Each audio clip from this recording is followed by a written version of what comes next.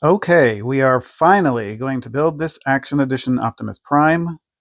I've cleared my busy schedule for the next couple of hours, and I'm going to be devoting all that time to the venerated leader of the Autobots. But before that, let's just take a brief look at the evolution of the Blokees Action Edition line. The inaugural figure from this line was actually Optimus Prime, which was released in May of 2024 with a piece count of 188. Next came Megatron in March of 2025 with 237 pieces. And shortly thereafter, Soundwave arrived in May 2025 with 327 pieces.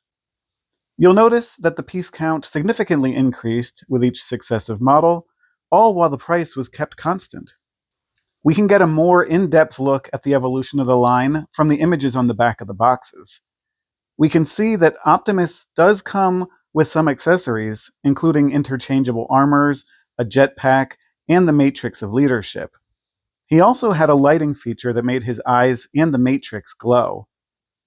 Megatron had this same light-up feature, but this model took the accessories to a whole new level. Of course, we got the interchangeable weapons, but also alternate faceplates, a miniature reflector camera, a full Laserbeak figure, and the biggest accessory of all, the Throne of Nemesis, which Megatron can actually sit on. Soundwave offered another significant evolution in features with the addition of a sound effect system, which allows him to actually quote familiar lines from the show. And the accessories really shine with the buildable versions of 4 well-known minions, and even cassette versions that can fit in the Soundwave chest compartment. This evolution in features and accessories has me pretty excited for what comes next in this line, but what does it mean for our good friend Optimus here? Well, it means that he is the most bare bones of the figures so far, but he is still Optimus Prime, and what collection would be complete without him? And to that, we are going to get to building him right now.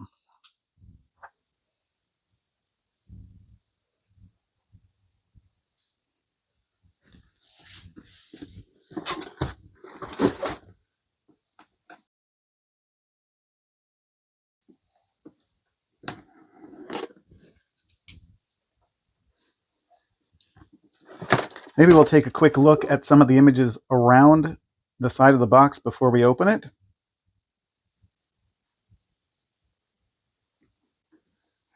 And the other side. The other side just has a picture of Optimus. All right, let's see what's inside. It's always the fun part. Let's see what we get. Okay, big pile of bags. Oh, there's still some in the box. I think that's everything. All right, so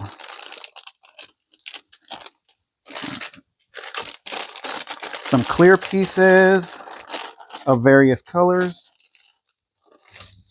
We can open these a while. We're going to have to get to them anyway.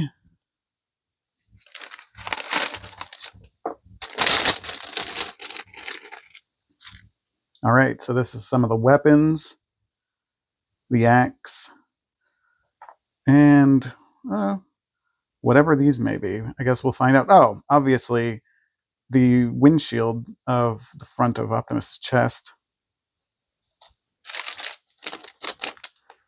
What was in here?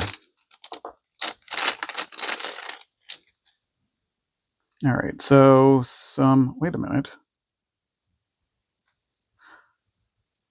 I think this is a magnetic component which was actually similar to what came in Soundwave, except for Soundwave it activated the sound brick. For this one, I think it might activate the light functions, probably if we pull out this little inhibitor here. Yep, there we go. Woo, don't blind yourself. All right, good to go. Let's put those over there for now.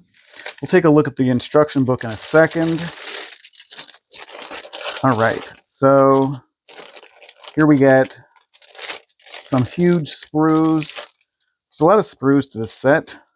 Oh, you know what? There's actually an easy way to open these bags here without a scissors.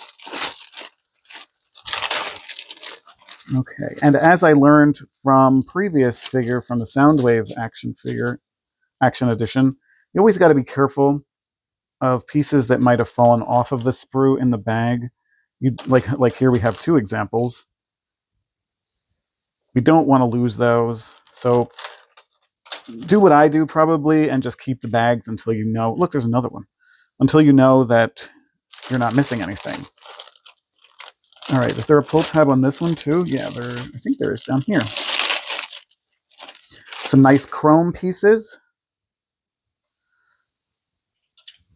Anything else in there? I don't think so. Okay, next.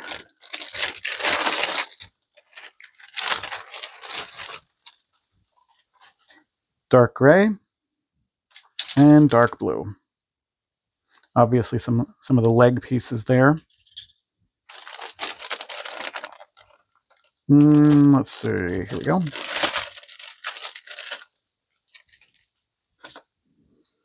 Okay, these are most likely Optimus shoulder pieces with a nice printing of the Autobot logo on there. Oh, here we go. These are parts for the Matrix of Leadership, I would imagine, in a nice gold finish. And some more chrome pieces. And okay, a few more bags to go through here. Okay, so we obviously have a sticker sheet. I'm not sure how I feel about that. The Soundwave one did not have a sticker sheet. And in general, just like Lego sets, I always prefer printed pieces. But maybe these are just going to go on accessories. I think that might be the case. I guess we'll see during the build. Okay, and we got the stand. And one last bag to open. Some darker pieces. This is obviously the blaster. And some embellishment pieces in yellow. Okay, so let's look at the manual here. All right, some nice imagery here of what the figure will eventually look like. Poseability illustrated. Sort of a recapture or retelling of what's on the back of the box. Nice piece, parts list. And we get right into the instructions. Some how to assemble parts. Now, with the Soundwave, I actually noticed that the parts did break off of the sprues very nicely, such that you really didn't have that much excess plastic to clean off. I'm hoping that that's still the same in this one. All right, some symbols, and then we get right into the instructions, starting out with the head. I'm not used to seeing this many instructions for these Blokees Transformer head construction. For the Galaxy version, I think the heads at the most usually take 4 pieces. And for the Defenders series, it's 2. All right, this looks fun. There's the body, the torso construction, arms, legs, and accessories, I guess. Jetpack, blaster, the weapons, and then some notes on the interchangeable parts. So obviously changing out the fist with the axe weapon. Okay, so here's where some of those stickers are going to go onto the communicator accessory. So that's not too bad. I think this is an accessory that just can fit onto the Optimus's wrist. So that's, and then we have a hollow matter avatar. I'm not really sure what that is. Maybe it'll make more sense later. Oh, okay. It's just one of the things that you can put onto his wrist. All right. And what is this? So, toy version Switch. I'm not sure what that means.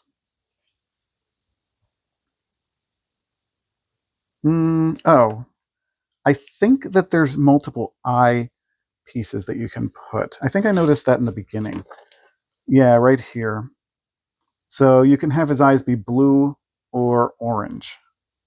And that last little bit of the instructions is probably just how to easily switch out those two different eye colors. Okay. And of course, the magnetic part, which can control the lights on and off. It does look like Optimus can open up the front of his chest to display the matrix of leadership. So we'll have to see that in action as well. All right, I think it's time to get building.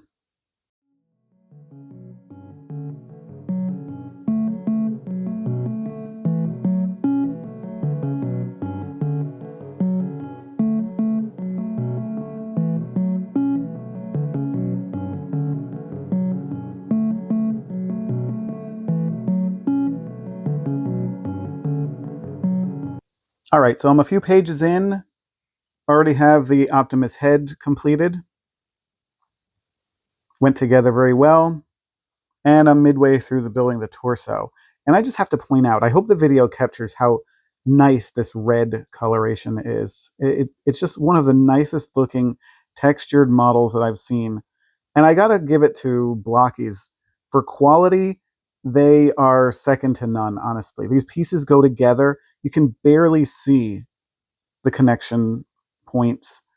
And yeah, there's no complaints really that I have. The pieces come off of the sprues very easily, very little need to shave off any excess plastic, and this works perfectly. I mean, like, we already have some of the arm joints, probably like a waist joint in here, and the light brick is already sort of the base of our build in the chest. So I'm going to continue back into it, and we'll see in a little bit.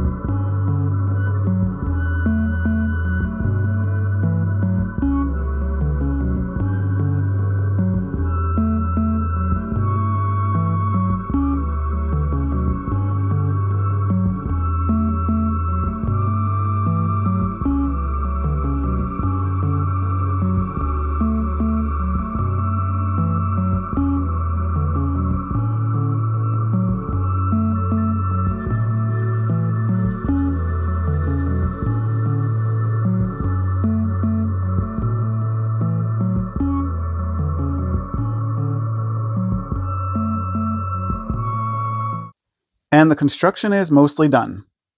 Obviously, I still have to put Optimus together, but I figured I'd do that in real time. Before I do that, though, this view of a disassembled Optimus Prime does bring back memories of this episode of the original cartoon. where the Decepticons take him apart and hide his pieces in various places. I think part of Optimus is even built into a robotic alligator. For some reason, that episode, above all others, sticks in my memory. Anyway, let's complete the construction. Should be fairly simple. Let's see here. Arms. Nice, satisfying click. Let's put the head on there.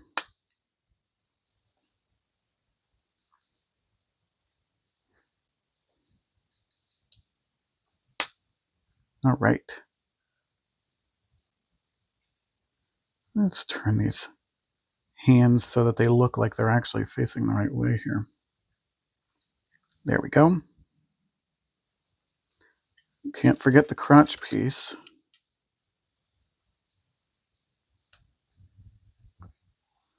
No click for that one. Let's see. Sometimes you have to apply a little bit of pressure on these things. There we go. All right. Almost done. Let's see. These arms are, yes, poseable that way. Move them out of the way. So what's left? I can sense the presence of my legs. They're nearby. Ah, the legs, of course.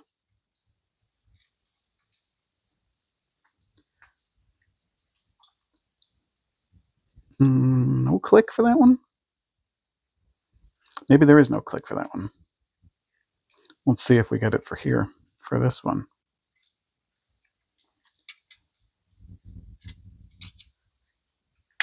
There is a click. Maybe I'll just squeeze a little bit harder here. I think that was probably a click for both sides. Okay, there is our completed Optimus Prime. Thanks for helping me pull myself together. The completed figure does look pretty awesome. Now, I know one of the drawbacks of these Blokees figures is that they don't transform, but the fact that they don't need to be engineered for transformation does free them up to look their best in the robot form.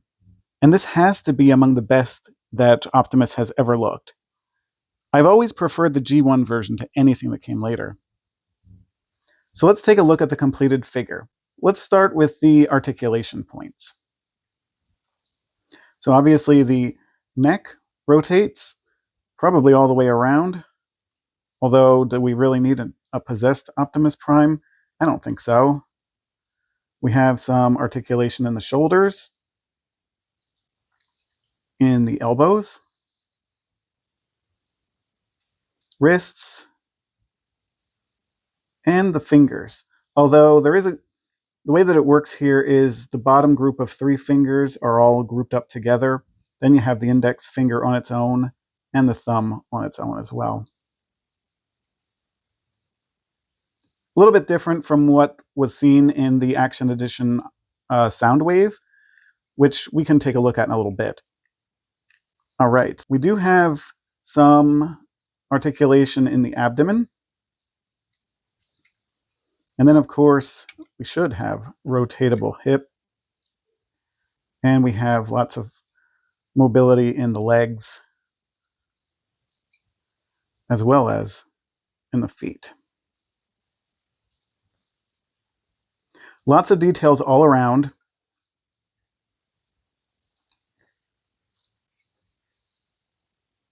On the back, not so much, but it still looks really nice.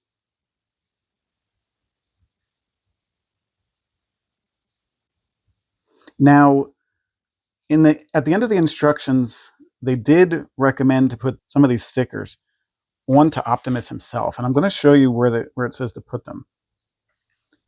So it was having us put Autobot symbols on the shoulders. Not really sure why, since there's already one on the one shoulder. I'm not sure if I'm going to put that on there yet. These other ones look a little cartoony, honestly. The ones for the thighs and the front of the feet. I mean, I don't know. Just imagine that on the front of his foot. I guess it could be could be good. I'm not sure if I want to do it yet. I think the figure looks pretty clean without the stickers, and I kind of prefer it that way. All right, so we have the stickers. Obviously, some of them were used for some of the accessories. Speaking of the accessories, here we go. They're right here. So, of course, we have the axe, which can replace one of his hands. Let's see how easy these are to get off and interchange them.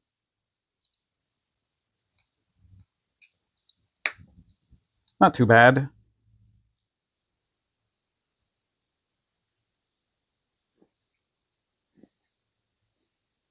It's a nice option to have. For now, let's put the hand back on. All right. I just can't get over how smooth and nice everything looks on this thing. It's just great. Anyway, we have the jetpack. Now, I'm going to be honest, I don't know if I'm ever going to use this because this back plate, which you have to take off to put the jetpack on, is really, really hard to get off. I've tried to get this thing off, and I could probably get a screwdriver and try to pry it off, but then I feel like I do some damage to the figure itself. And honestly, I'd rather keep the figure in as good condition as I can and just keep this as an accessory that I just don't use. Of course, we have Optimus's blaster, and it has this weird function where it's in its condensed state here, and it can actually extend ever so slightly. I don't understand why we have that slight extension, but okay, sure. Let's put it in his hand and see how it looks with him holding it. You can position his fingers here. And let's see, we got to wrap the fingers around in there. And there is a little slot that can hold it into place. Let's see if I can get it in there. Come on, a little bit. There we go. Snaps right in, hand wraps around, and there's Optimus with his signature blaster. All right, so let's see what else.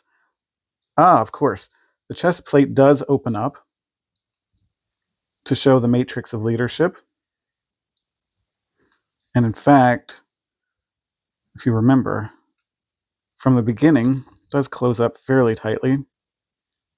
From the beginning, we have this magnetic element here, which should activate the lighting.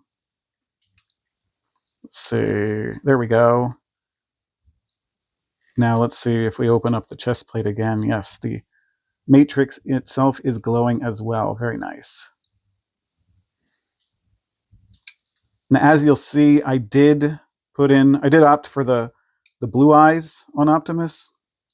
We do have elements to switch it over to the yellow version, or yellow-orange or orange, whichever. And there's also an alternative faceplate, darker faceplate, which is an option.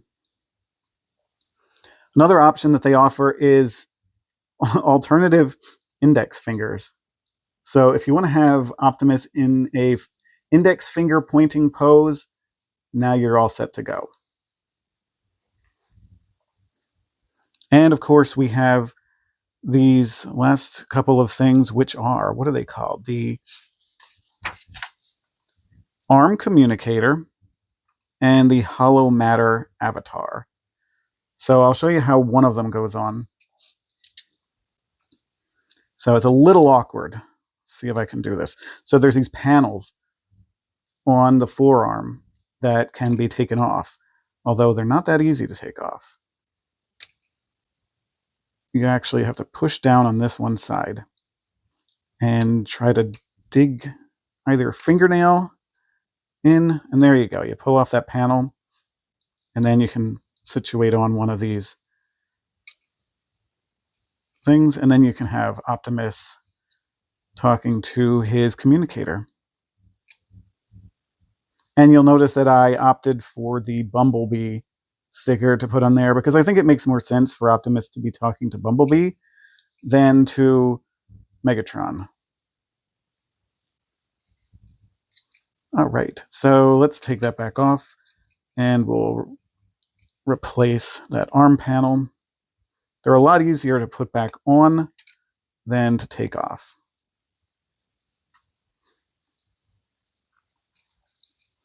Okay. Okay, yeah, and of course we did get a base plate, which I will put him on, and then we'll take a look at him in a poseable position here.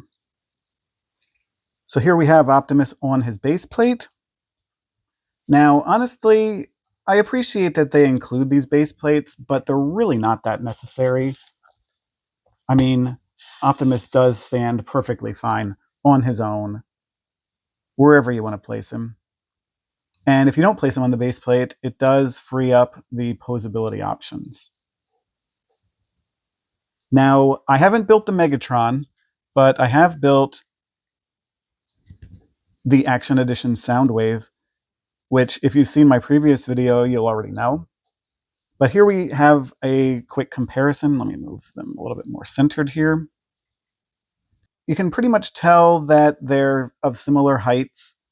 I'd actually prefer if Optimus was a little bit taller so that he'd strike a more imposing figure, but I'm sure that the logistics of the filter design process means that they have to be of similar height. I don't have the Megatron. I'm not sure if I'll get it, but I'm sure that he's probably of a similar size as well.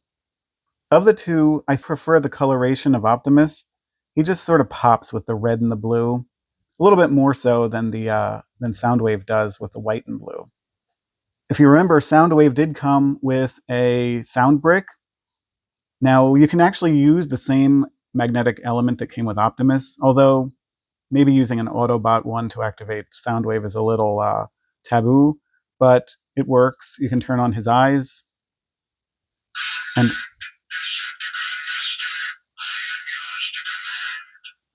obviously activate the sound element, just like you can turn on Optimus with the same element. I do want to show you one of the main differences in the articulation points, though. As I showed before with Optimus, his three fingers are sort of grouped together, but the index finger and thumb are articulated, whereas Soundwave has all of his fingers articulated, which is both a good thing and a bad thing. It's sort of an ingenious design the way they did this. It was one piece on the sprue, and they sort of just bend at all the finger joints as well. But I'm always afraid to bend them because they're pretty tough joints, and I'm afraid that I'm going to break them, honestly. And I really don't know. I mean, I guess you could do some finger gestures, but if you're just going to do posability, you really only need the index and the thumb, honestly. Here we can see how Action Edition Optimus Prime fits in with a number of other Optimus Prime toys, including, from left to right, the Transformer version. Of course, we have Action Edition. This is the Shining version of Blokees, and this is the Galaxy version of Blokees, and the small guy on the end there is the Defender Edition. Unfortunately, I don't have a Generation 1 Optimus Prime. I have to imagine that he'd be sort of between these two sizes, probably a little bit bigger than the Action Edition, but not by much. Well, I hope you liked this look at the Action Edition Optimus Prime by Blokees. I certainly enjoyed building it, and I know he's going to find a very prominent place in my collection. If you enjoyed this video, I encourage you to like, leave a comment, and if you feel like it, subscribe. Optimus Prime would really appreciate it. Until next time, see you later. Autobots, transform and roll out!